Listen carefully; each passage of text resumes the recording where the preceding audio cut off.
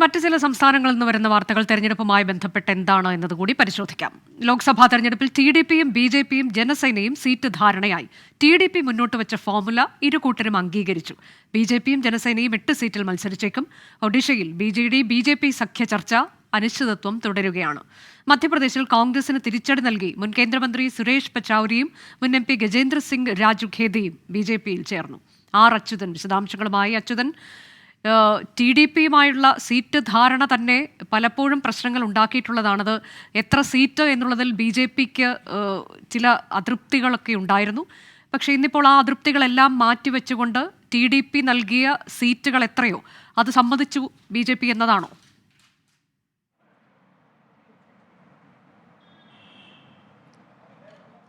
അത് തീർച്ചയായിട്ടും അനുജ. കാരണം ഈ TDPയും BJPയും, പ്രത്യേകിച്ച് TDP വീണ്ടും ഈ 6 വർഷത്തിന് ശേഷം NDAയിലേക്ക് വരുമ്പോൾ നേരിട്ടൊരു പ്രതിസന്ധി എന്നുള്ളത് ഈ സീറ്റ് വിഭജനം സംബന്ധിച്ച നേരിട്ട ചില പ്രശ്നങ്ങളാണ്. കാരണം 8 മുതൽ 10 സീറ്റുകൾ വരെ BJP മത്സരിക്കുമെന്നായിരുന്നു അറിയിച്ചത്.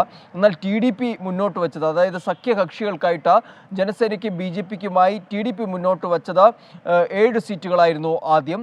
പക്ഷേ അതിൽ അതൃപ്തി BJP അറിയിക്കുകയുണ്ടായി. അതിനൊടുവിലാണ് ആ ചർച്ചകൾ വീണ്ടും തുടർ ചർച്ചകൾ നടന്നുകൊണ്ട് ഒരു ഫോർമുല, അതായത് TDP 8 സീറ്റുകൾ നിലവിൽ നൽകാമെന്ന് BJPയും ജനസേനയും അറിയിച്ചതായിട്ടാണ് ലഭിക്കുന്ന വിവരം. അങ്ങനെയെങ്കിൽ BJP 6 സീറ്റുകളിലും തുടർന്നുള്ള 2 സീറ്റുകളിൽ ജനസേനയായിരിക്കും മത്സരിക്കുക. എന്തായാലും ആ ഒരു ധാരണയിലായി എന്നുള്ള വിവരം കൂടി ലഭിക്കുന്നുണ്ട്. BJPയുടെ പാർട്ടി അധ്യക്ഷൻ JP നദ്ദ ആ സഖ്യം ഉടൻ തന്നെ പ്രഖ്യാപിക്കുമെന്നുള്ള സൂചനകൾ കൂടി വരുന്നുണ്ട്. എന്തായാലും ഇന്നലെയും ഇത് സംബന്ധിച്ച് ഡൽഹി കേന്ദ്രീകരിച്ച ചർച്ചകൾ നടന്നു. ആകെ 25 ലോക്സഭാ സീറ്റുകളാണ് ആന്ധ്രാപ്രദേശിലുള്ളത്.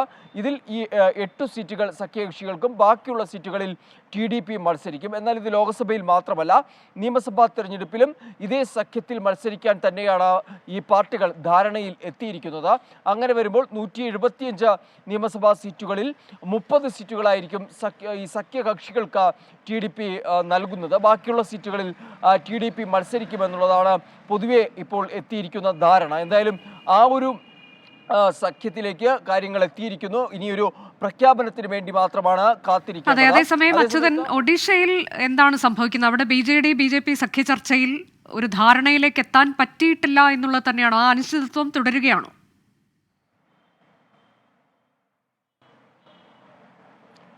തീർച്ചയായിട്ടും അനുജ. കാരണം നേരത്തെ തന്നെ ഇതുമായി ബന്ധപ്പെട്ടുള്ള ചർച്ചകൾ നടന്നു. പ്രധാനമന്ത്രി നരേന്ദ്രമോദി ഒഡീഷയിലെത്തി പല ഉദ്ഘാടനങ്ങൾ നടത്തുകയും ഒപ്പം തന്നെ അവിടുത്തെ BJDയെ കടന്നാക്രമിക്കാതെ ഒരു തരത്തിലും ഒരു ആരോപണം ഉയർത്താതെയുമുള്ള ഒരു പ്രസംഗമായിരുന്നു, അഭിസംബോധനയായിരുന്നു പ്രധാനമന്ത്രി നരേന്ദ്രമോദി നടത്തിയത്. തുടർന്ന് ഇതുമായി ബന്ധപ്പെട്ട ഈ BJD-BJP സഖ്യം സംബന്ധിച്ചുള്ള എല്ലാ ചർച്ചകളും നടന്നിരുന്നു. പക്ഷേ അതിലിപ്പോൾ ഒരു പ്രഖ്യാപനം അത് വൈകുകയാണ്.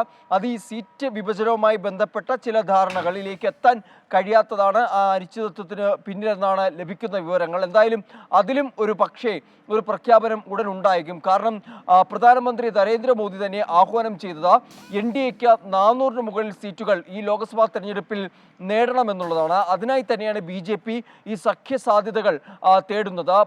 പ്രധാനമായും BJDയെ ഒപ്പം നിർത്താനും ആന്ധ്രാപ്രദേശിൽ TDPയും തെലുങ്കുദേശം പാർട്ടിയെയും ജനസേനയും ഒപ്പം നിർത്തിക്കൊണ്ട് ഈ ലോക്സഭാ തെരഞ്ഞെടുപ്പിനെ നേരിടാനുള്ള ഒരു പദ്ധതിയാണ് BJP എന്തായാലും ഇപ്പോൾ രൂപീകരിച്ചുകൊണ്ടിരിക്കുന്നത്.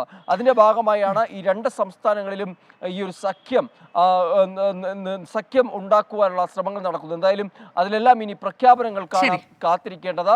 ഈ TDPയുമായിട്ടുള്ള സഖ്യ പ്രഖ്യാപനം ഉടൻ ഉണ്ടായേക്കുമെന്നുള്ള വിവരങ്ങളാണ് ലഭിക്കുന്നത്. അനുജ, ശരി. അച്യുതനാണ് വിശദാംശങ്ങൾ നൽകിയത്.